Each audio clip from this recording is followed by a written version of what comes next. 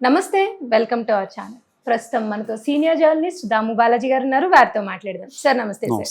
Sir సూర్యాపేటలో గ్రామస్తులు అఘోరిపై దాడి చేశారు అనే విషయం తెలుస్తుంది సార్. అసలు ఏం జరిగింది సార్? సూర్యాపేట దగ్గర ప్రబలాపురం అనే గ్రామంలో అమరావతి రెస్టారెంట్ దాబా ఉంది. ఆ దాబా దగ్గరకి ఈ లేడీ అఘోరి వెళ్ళింది.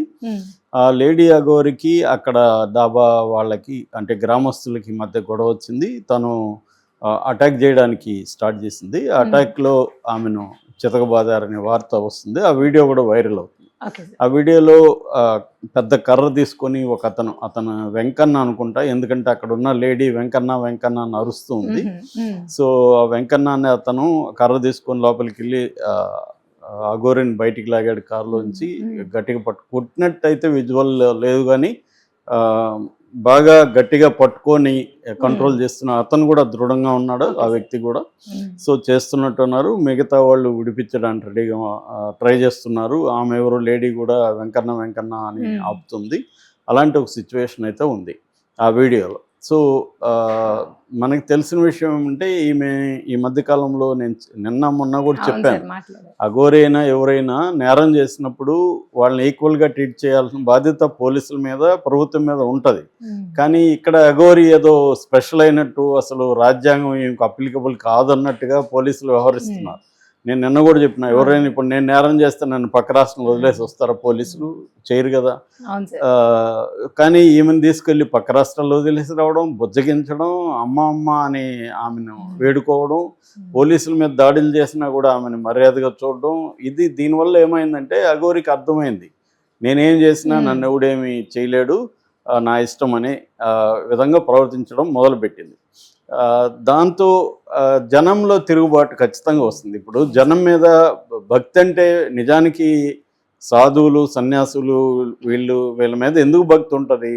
వాళ్ళు ఇంకా ప్రజలకి శాంతిగా ఉండమని, సాత్విక జీవితాన్ని అలవాటు చేసుకోమని వాళ్ళు చెప్తారు. కాబట్టి వాళ్ళే కత్తులు తీసుకొని పొడుస్తూ ఉంటే జనాల్ని ఎందుకు వాళ్ళని ఎవరైనా భరిస్తారు? ఆ మధ్య కూడా కొమరల్లిలో చేసింది. తర్వాత అక్కడ కత్తులు తీసుకొని చాలా మంది గాయాలైనాయి.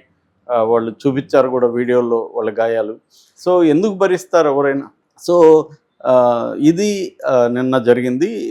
దాన్ని చాలామంది కూడా కామెంట్లు చూస్తే కూడా ప్రభుత్వం ఫెయిల్యూర్ కనిపిస్తుంది, పోలీసులు ఫెయిల్యూర్ కనిపిస్తుంది అని కామెంట్ చేస్తున్నారు. అది వాస్తవం కూడా.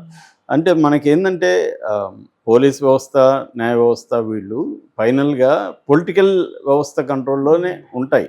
పైకి ఎంత అటానమస్ అవన్నీ కథలు చెప్పినా అల్టిమేట్గా అంటే కొంతవరకు న్యాయ వ్యవస్థ అటానమస్గా కనిపిస్తుంది. కానీ ఓవరాల్గా న్యాయ వ్యవస్థలో అంటే నేను ఓన్లీ జడ్జెస్ గురించి మాట్లాడుతున్నాను.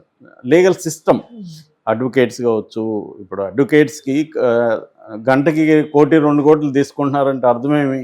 వాళ్ళు they can manipulate the system కదా, లేకపోతే ఎందుకు ఇస్తారు వాళ్ళకి అంత అడ్వకేట్స్కి ఎవరైనా? సో ఆ విధంగా ఏంటంటే మన చట్టాల్లో ఉన్న ఒక సమస్య ఏంటంటే, చట్టం అనేదాన్ని ఆ యాక్ట్ని వ్యాఖ్యానం important, how somebody is interpreting important. ఆ ఇంటర్ప్రిట్ ఎవరు చేయాలి? జడ్జిలు చేయాలి. ఆ జడ్జిల్ని ఇంటర్ప్రిట్ చేసే విధంగా వాళ్ళని ఇన్ఫ్లుయెన్స్ చేయగలిగింది ఎవరు? అక్కడున్న సుప్రీంకోర్టు కావచ్చు, హైకోర్టు కావచ్చు, టాప్ అడ్వకేట్స్. అందుకని వాళ్ళకి తమకి అనుకూలమైన తీర్పు వచ్చే విధంగా వీళ్ళు ఇన్ఫ్లుయెన్స్ చేయగలరనే కదా వీళ్ళకి అంత డబ్బులు ఇస్తారు. లేకపోతే ఎందుకు ఇస్తారు? ఇప్పుడు చంద్రబాబులు కావచ్చు, జగన్లు కావచ్చు, కేటీఆర్లు కావచ్చు, వీళ్ళందరూ ఎందుకు టాప్ 10 అడ్వకేట్లని పెట్టుకుంటుంటారు అంటే అక్కడ మనకు రిజల్ట్ చూస్తే కూడా అర్థమవుతుంది. రిజల్ట్ చూస్తే వాళ్ళకేమో ఇప్పుడు ఆయన రఘురామకృష్ణరాజు అరెస్ట్ అయ్యి ఇదైతే అర్ధరాత్రిలో బెయిల్ వస్తున్నాయి, అర్ధరాత్రిలో ప్రైవేట్ హాస్పిటల్కి పంపిస్తున్నారు.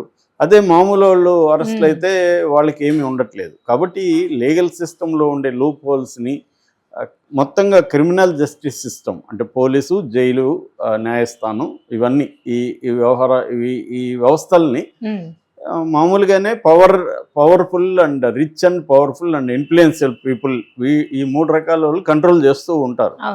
అయితే ఈ మధ్యకాలంలో ఏమైందంటే హిందూ మతాన్ని హిందుత్వగా మార్చేసింది బీజేపీ. హిందూ మతం వేరు, హిందుత్వం వేరు. నిజానికి చాలా మంది హిందుత్వాన్ని తిడితే హిందూ మతాన్ని తిట్టినట్టుగా వాళ్ళు అనుకుంటుంటారు. హిందూ మతాల్లో ఉండే సమస్యలు ఉంటాయి, మతాల్లో ఉండే ప్రజలకి అది ఇచ్చే సొలేస్ కావచ్చు, ఇంకోటి కావచ్చు ఉంటుంది. కాబట్టి మతాన్ని విమర్శించడం వేరు, హిందూ మత తత్వాన్ని, ఏ మత తత్వాన్ని అయినా విమర్శించాలి. ముస్లిం మతత్వం అయినా, హిందూ మతత్వం అయినా.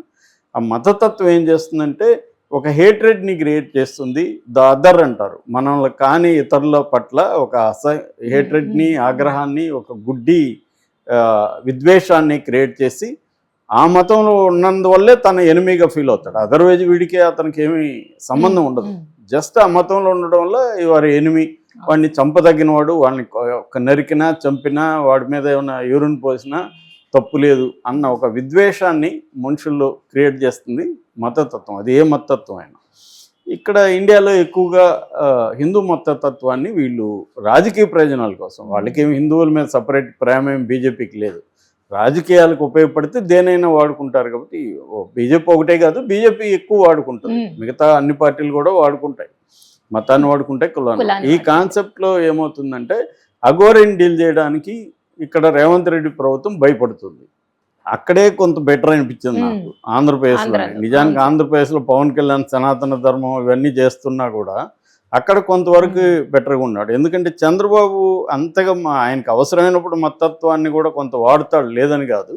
కానీ అడ్మినిస్ట్రేషను, లా అండ్ ఆర్డర్ విషయానికి వచ్చేసరికి ఇట్లాంటప్పుడు కొంత ఆయన టఫ్గా వ్యవహరించడం మనకు కనబడింది. ఇదే విషయం ఆమెను గట్టిగానే డీల్ చేస్తారు అక్కడ. కానీ ఇక్కడికి వచ్చేసరికి పోలీసులు ముందు నుంచి కూడా తీసుకుపోయి బార్డర్లో వదిలేసి వచ్చేది. ఆమెకి మొన్న కూడా అరెస్ట్ చేశారు, ఈ మీద కేసులు ఉన్నాయి, హత్యాయత్నం కేసు ఉంది. హత్యాయత్నం కేసుకి వీళ్ళు ఎందుకు కోర్టుకు పెట్టలేదు అసలు? ఆ కేసు పరిస్థితి ఏంటి? ఏమి అసలు ఎక్కడ పోలీసులు ఇప్పటి వరకు అఘోరికి సంబంధించి ప్రెస్ మీట్ పెట్టి చెప్పింది లేదు.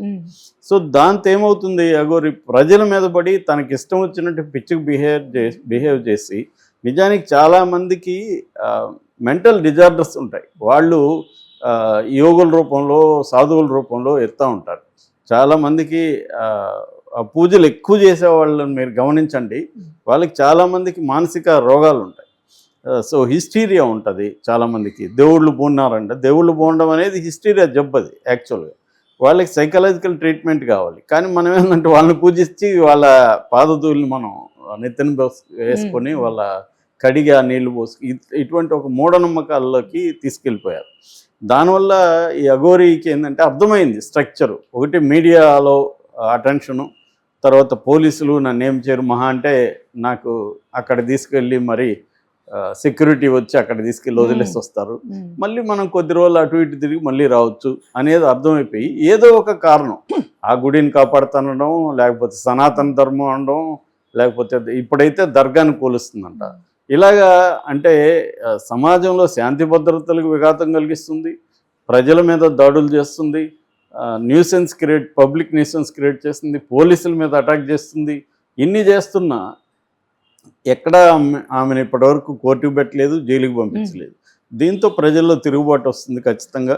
సో అందరూ కూడా సహించే పరిస్థితులు ఉండరు. ఆ రకంగా ఇక్కడ ఇప్పుడు ఈ విబలాపురం అనే గ్రామంలో వాళ్ళు తిరగబడి కొట్టినట్టుగా మనకు అర్థమవుతుంది. ఇది ఇంకా పెరిగితే ఇప్పుడు ఇంకా అది ఇష్యూ అయిపోతుంది. రేపు వీళ్ళు నాకు తెలిసి ఏంటంటే ఆ ప్రజల్ని కూడా అరెస్ట్ చేసే అవకాశం ఉంది వీళ్ళు ఈమెను వదిలేసి.